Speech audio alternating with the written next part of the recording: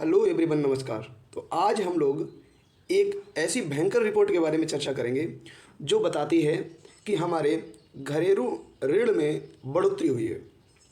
चलिए, क्या है पूरा मामला, कैसी है ये रिपोर्ट, चलिए विस्तार से हम लोग जानकारी लेते हैं। और हाँ, इस पूरी वीडियो में राजनीति को छोड़कर हम लोग बाकी सारे मुद्दों पर चर्चा करेंगे, क्योंकि राजनीति से हम लोगों का लेना देना नहीं है। चलिए तो बढ़ते हैं, क्या है घरेलू ऋण में बढ़ोतरी कैसे हुई। तो देखिए, एक आर्थिक सलाहकार फर्म है जिसका नाम है मोतीलाल ओसवाल।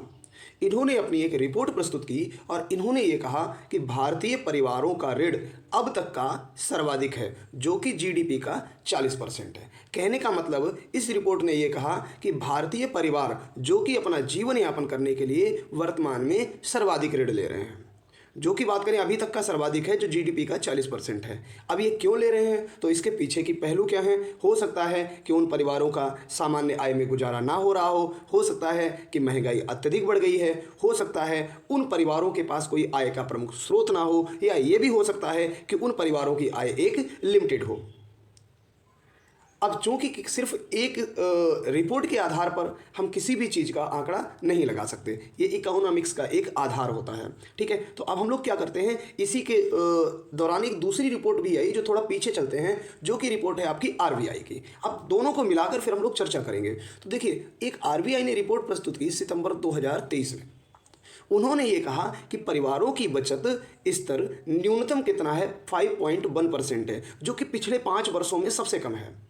अब एक बात समझ में आई, उधर जो मोतीलाल ओसवाल रिपोर्ट कहती है कि लोग कर्ज ज़्यादा ले रहे हैं, और आरबीआई ये कहती है कि लोग बचत नहीं कर रहे हैं। इसका तात्पर्य तो यही है कि लोगों के पास क्या है, कि लोगों के पास खर्चा बढ़ गया है, इसीलिए भाई वो कर्ज ले रहे हैं और बचत हो नहीं पा रही है। तो दोनों रिपोर्टों को मिलाकर जरा हम लोग अब ध्यान से पढ़ते हैं।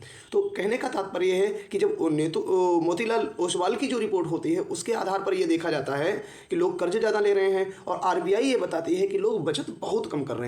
तो इसका तात्पर्य क्या है कि जितने भी लोगों की आय है, मोस्टली उनका खर्चा बढ़ चुका है, जिससे बचत जो है नहीं हो पा रही है, और यदि जरूरत पड़ रही है तो वो कर्ज ही उधार ले रहे हैं।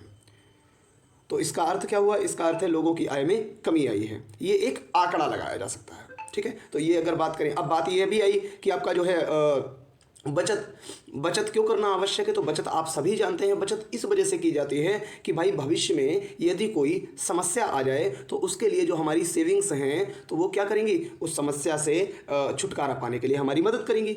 जैसे एग्जाम्पल के तौर पे कुछ दिनों पहले अभी कोरोना आया था। अब जिनके पास अच्छी खासी सेविंग्स थी तो उन्हें कोई दिक्कत नहीं हुई, लेकिन जिनके पास सेविंग्स नहीं थी उन्हें बहुत ही समस्याएं होने लगी।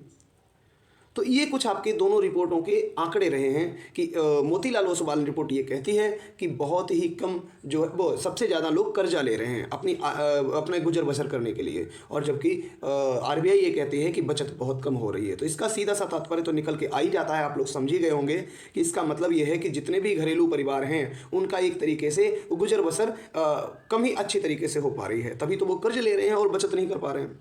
अब बात ये आती है कि जब ये मामला मीडिया के द्वारा सरकार के पास पहुंचा तो सरकार ने क्या कहा। सरकार ने कहा कि लोग सुरक्षित महसूस कर रहे हैं और बचत ना करके कर्ज लेकर नए संसाधन ले रहे हैं।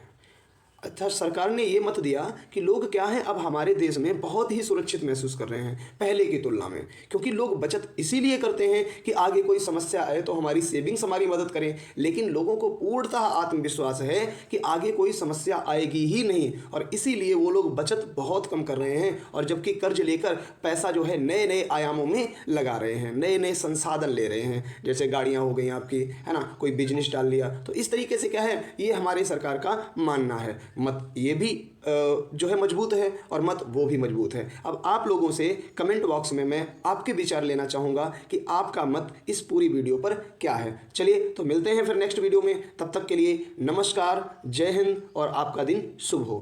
धन्यवाद।